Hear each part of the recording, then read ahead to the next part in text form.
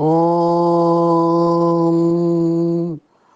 पूर्णमदः पूर्णमिदं पूर्णात् पूर्णमुदच्यते पूर्णस्य पूर्णमादाय पूर्णमेवावशिष्यते। ॐ शान्तिः शान्तिः शान्तिः। वह सच्चिदानंद घन परब्रह्म पुरुषोत्तम सब प्रकार से सदा सर्वदा परिपूर्ण है। यह जगत भी उस परब्रह्म से पूर्ण ही है, क्योंकि यह पूर्ण उस पूर्ण पुरुषोत्तम से ही उत्पन्न हुआ है। इस प्रकार परब्रह्म की पूर्णता से जगत पूर्ण होने पर भी परब्रह्म परिपूर्ण है।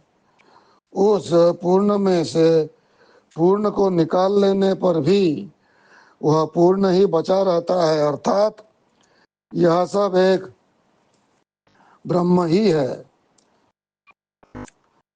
आज हम मुक्तिकोपनिषद शुक्ल यजुर्वेदीय पर चर्चा करेंगे। ये होगा प्रथम अध्याय का प्रथम भाग, और यह है स्वामी निरंजन जी पॉडकास्ट विद सैम योगी का एपिसोड नंबर 45। सर्वांतर्यामी एवं निर्विकार श्री राम जी एक समय अपने स्वरूप ध्यान में रत होकर समाधिस्थ हो रहे थे। उनकी समाधि टूटने पर श्री हनुमान जी ने पूछा, राम जी, आप परमात्मा हैं। रघुवर, मैं आपके यथार्थ स्वरूप सत चित आनंद को जानना चाहता हूँ, जो मुक्ति प्रदान करने वाला है, जिसके जानने से मैं सहज अनायास ही इस संसार बंधन से छूट जाऊं। कृपा करके मुझको उसका वर्णन कीजिए। श्री रामचंद्र जी ने कहा, महाबलशाली हनुमान, तुमने उचित प्रश्न किया। मैं अब तुम्हें तत्व की बात कहता हूँ, सुनो। मेरा वास्तविक स्वरूप वेदांत अर्थात उपनिषद में अच्छी प्रकार से वर्णित है। अतएव तुम वेदांत शास्त्र का आश्रय लो। वेदांत किसे कहते हैं यह भी जान लो। मुझे विष्णु के निश्वास से सुविस्तृत चारों वेद उत्पन्न हुए। मुझ विष्णु से चारों वेद मेरे निश्वास से सुविस्तृत चारों वेद उत्पन्न हुए। तिलों में जैसे तेल, उसी की भांति वेदों में वेदांत विज्ञान सुप्रतिष्ठित है। यह हुआ मुक्तिकोपनिषद 7:10। मुख्य वेद 4 कहे गए हैं, ऋग्वेद, यजुर्वेद, सामवेद और अथर्ववेद। इन चारों की अनेक शाखाएं और उन शाखाओं के उपनिषद भी अनेकों हैं। ऋग्वेद की 21 शाखाएं हैं, यजुर्वेद की 109 शाखाएं हैं और सामवेद से सहस्र शाखाएं निकली हैं। कपीश्वर अथर्ववेद की शाखाओं के 50 वेद हैं। एक एक शाखा की एक एक उपनिषद मानी गई है। हनुमान जी ने कहा, श्री राम जी, मुक्ति कितने प्रकार की होती है, क्योंकि लोक में नाना मतांतर इस संबंध में अलग अलग निश्चय करते हैं। तब श्री राम ने कहा, कपीश्वर, कैवल्य मुक्ति तो एक ही प्रकार की है, वही परमार्थ रूप है। इसके अतिरिक्त शेष 4 सालोक्य, सायुज्य, सारूप्य और सामीप्य हैं। तो मुक्ति 4 प्रकार की होती है, सालोक्य, सायुज्य, सारूप्य और सामीप्य। भक्ति पूर्वक नाम स्मरण करने वाला दुराचारी व्यक्ति भी सालोक्य मुक्ति को प्राप्त होता है। वहां से वह अन्य लोकों में नहीं जाता, किंतु वह मुक्ति परमार्थ रूप नहीं, जिसका काशी क्षेत्र में मन की स्थिति रहते हुए इस देह में भ्रूमध्य ब्रह्मनाल प्रदेश के अंतर्गत क्षेत्र को काशी क्षेत्र कहते हैं, उसके समस्त पापों का क्षरण होकर शंकर जी द्वारा उसके दाहिने कान में तारक मंत्र प्रदान करने से वह सारूप्य को अर्थात अपने इष्ट के समान रूप को प्राप्त होता है। जो द्विज सदाचार में रत रहकर नित्य एकमात्र मेरा ध्यान करता है, वह मुझे सर्वात्म स्वरूप चिंतन करता है, वह मेरे सामीप्य को प्राप्त होता है, अर्थात सदा मेरे समीप निवास करता है। यही वे शेष चार मुक्ति हैं जिन्हें सालोक्य, सारूप्य, सामीप्य तथा सायुज्य कहते हैं। किंतु बिना आत्मज्ञान के प्राप्त किए इन्हें पुनः जन्म मृत्यु को प्राप्त होना पड़ता है।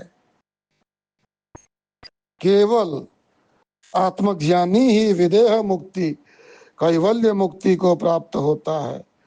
उन्हें पुनर्जन्म की प्राप्ति कभी नहीं होती है। ब्रह्म भुवना लोका पुनरावर्तिनोऽर्जुन मामुपेत्य दुःखन्तेय पुनर्जन्म न विद्यते। गीता 8:16। गुरु के द्वारा उपदिष्ट मार्ग से मेरे अव्यय निर्विकार स्वरूप का ध्यान करता है, तब वह भ्रमर कीट के समान सम्यक रूप से मेरे सायुज्य को प्राप्त करता है। वही कल्याणमयी ब्रह्मानंद को प्राप्त कराने वाली सायुज्य मुक्ति है। मेरी उपासना से यह सायुज्य, सारूप्य, सालोक्य एवं सामीप्य चार प्रकार की मुक्ति होती है। किंतु यह कैवल्य मुक्ति किस उपाय के अवलंबन करने से मिलती है, उसे सुनो। अकेली मांडुक्योपनिषद मुमुक्षु जनों को मुक्ति प्रदान करने में समर्थ है।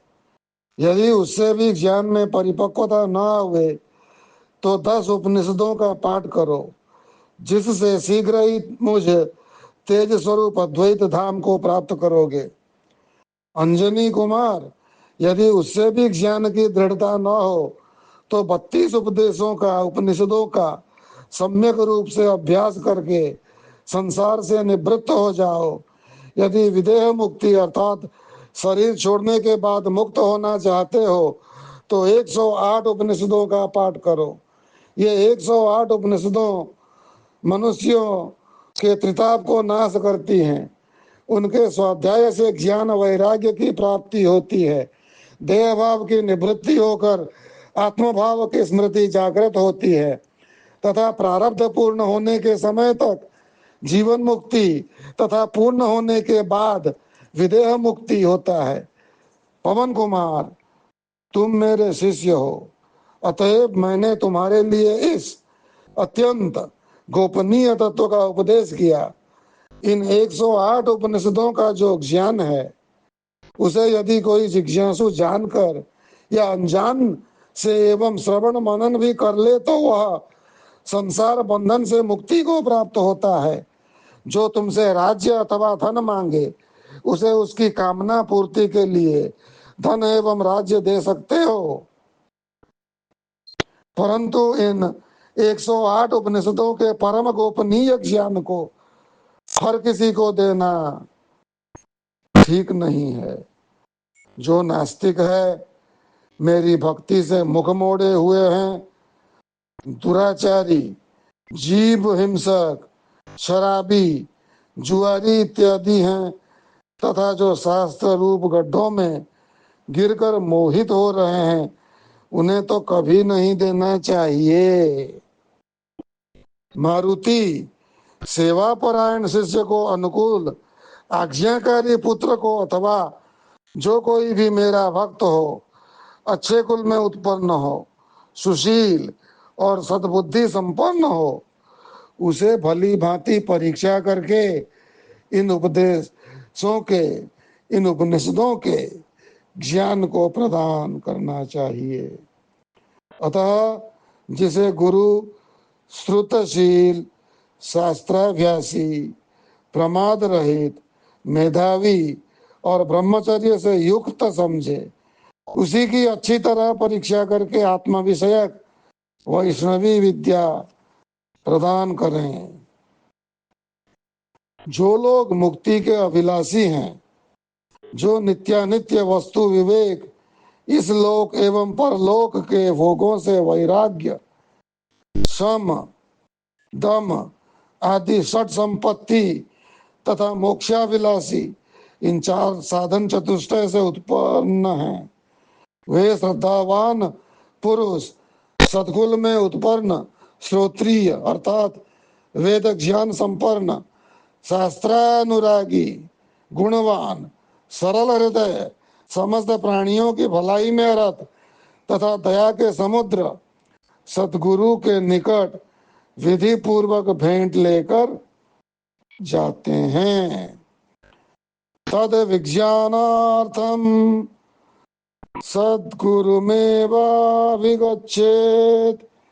समित पाणी श्रोत्रियम ब्रह्मनिष्ठम। मुंडक उपनिषद 1-2-12। और उनसे इन उपनिषदों को श्रवण, मनन तथा निधिध्यासन का अभ्यास करते हैं। फिर प्रारब्ध क्षय होने पर तीनों शरीर नष्ट हो जाने से, तीनों शरीर हैं, 3 शरीर हैं, स्थूल शरीर, सूक्ष्म शरीर और कारण शरीर। इन उपनिषदों को श्रवण, मनन तथा निधिध्यासन का अभ्यास करते हैं। फिर प्रारब्ध क्षय होने पर तीनों शरीर नष्ट हो जाने से उपाधि रहित घटाकाश के समान परिपूर्णता को प्राप्त होते हैं, अर्थात ब्रह्म में लीन हो जाते हैं। यही विदेह मुक्ति कहलाती है। इसी को कैवल्य मुक्ति भी कहते हैं। अतएव ब्रह्मलोक में रहने वाले ब्रह्मा जी के मुख से भी ब्रह्मलोक को प्राप्त जीवों की यही वेदांत का श्रवण, मनन तथा निधिध्यासन करके उन्हीं के साथ कैवल्य को प्राप्त हो जाते हैं। अतः सबके लिए केवल ज्ञान द्वारा ही कैवल्य मुक्ति की प्राप्ति कही गई है। कर्म योग, सांख्य योग तथा उपासनादि के द्वारा नहीं। यही उपनिषद है, यह उपनिषद है। इस तरह मुक्तिकोपनिषद का प्रथम अध्याय का अंत होता है। दूसरे प्रवचन में, जो कि होगा एपिसोड 46 में, हम दूसरे अध्याय पर चर्चा करेंगे। ओम शांति शांति शांति।